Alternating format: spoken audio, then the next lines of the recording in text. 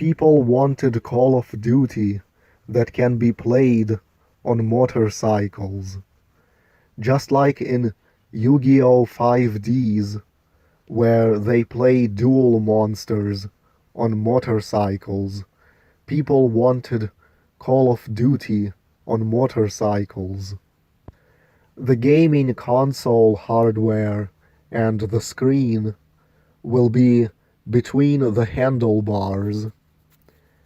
A part of each handlebar will resemble one half of a gaming controller, with a touchpad joystick for the thumbs and buttons below the handlebars for shooting and aiming down sights and jumping and crouching and throwing grenades.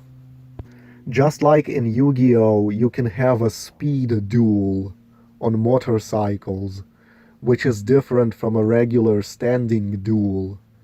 You will be able to have a speed Call of Duty match, which can only be played on motorcycles. The internet is supplied by the cell phone technology, implemented into the Call of Duty motorcycle for multiplayer matches. In Yu-Gi-Oh! 5Ds, these things are called D-wheels, which stands for dual wheel. Well, for Call of Duty, they will be called COD wheels. Don't you want to have a COD wheel? That way you can have riding Call of Duty matches. Riding Call of Duty matches are different from a regular Call of Duty match.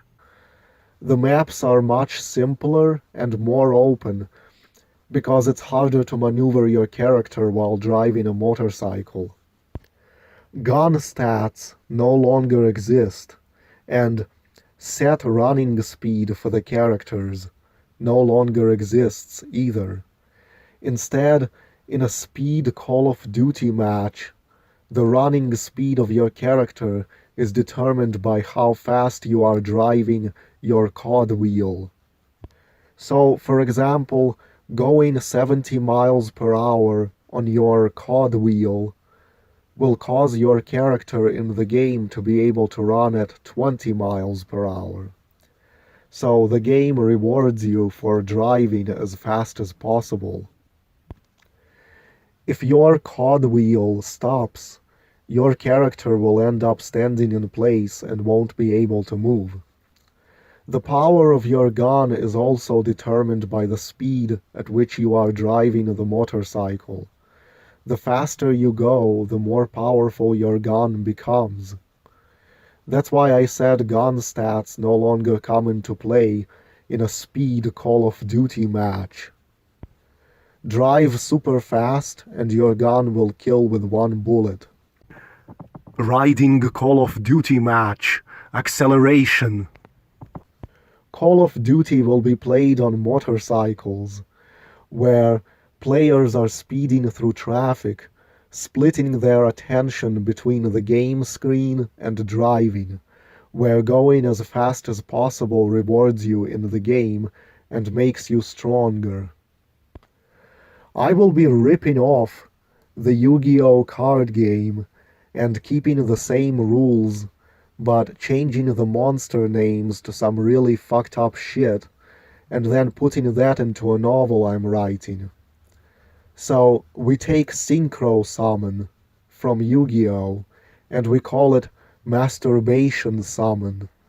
Let's say you have a masturbation monster that's level 8.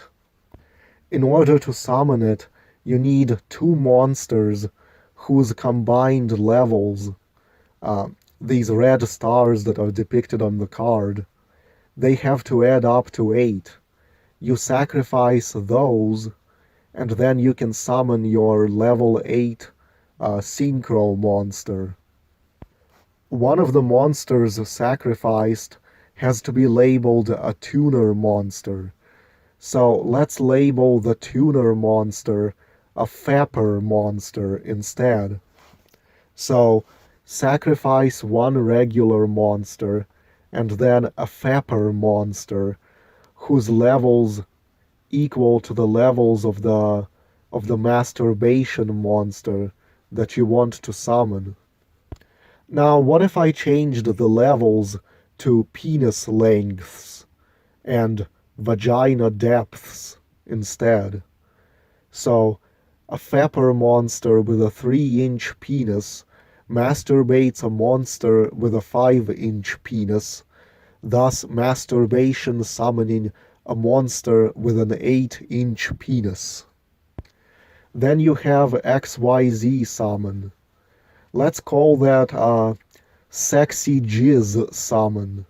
And the reason we use the words sexy jizz is because those words have the XYZ letters in the right order within them, not because it makes any fucking sense.